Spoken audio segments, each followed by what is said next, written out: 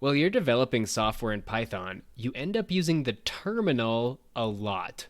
Being able to work with the terminal easily is going to be a big deal, not just for this course, but for any software that you write.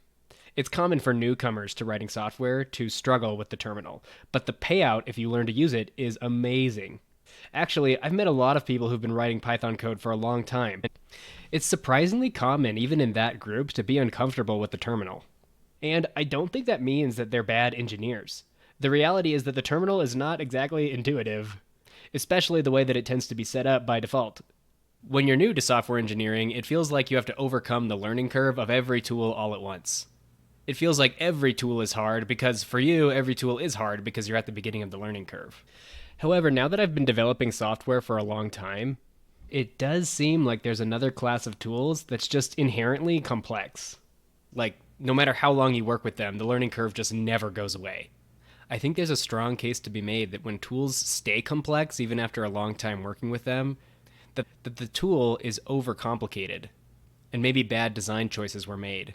I'm pretty sure no one in the software development or sysadmin universe would be offended by me saying that I think Bash is in the complicated category.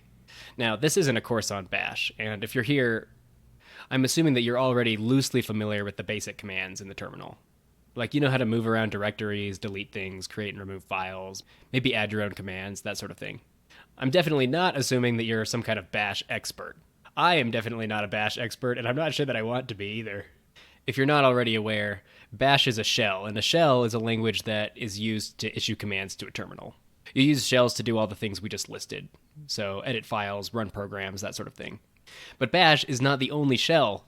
Bash was a successor to another shell called sh. Bash extended sh and made it a lot more workable. I think you'd be hard-pressed to find a developer who's passionate about using Bash.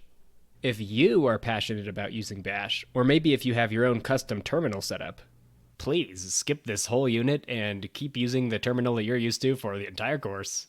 If you don't have strong opinions about your terminal setup, then follow along with the next few videos and I'll show you some ways you can make the terminal a lot more intuitive.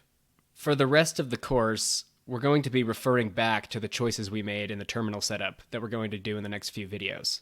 As we go, I'll explain the relevant concepts of how the terminal works, so that the customizations we're making makes sense. But again, this isn't a course on Bash or the terminal in general, and so if you find yourself completely lost, you may want to watch some videos and do some tutorials on working with the terminal and then come back. In the next few videos, we're going to set up some really cool features that make the terminal so much easier to use. So if that sounds exciting, I'll see you in the next one.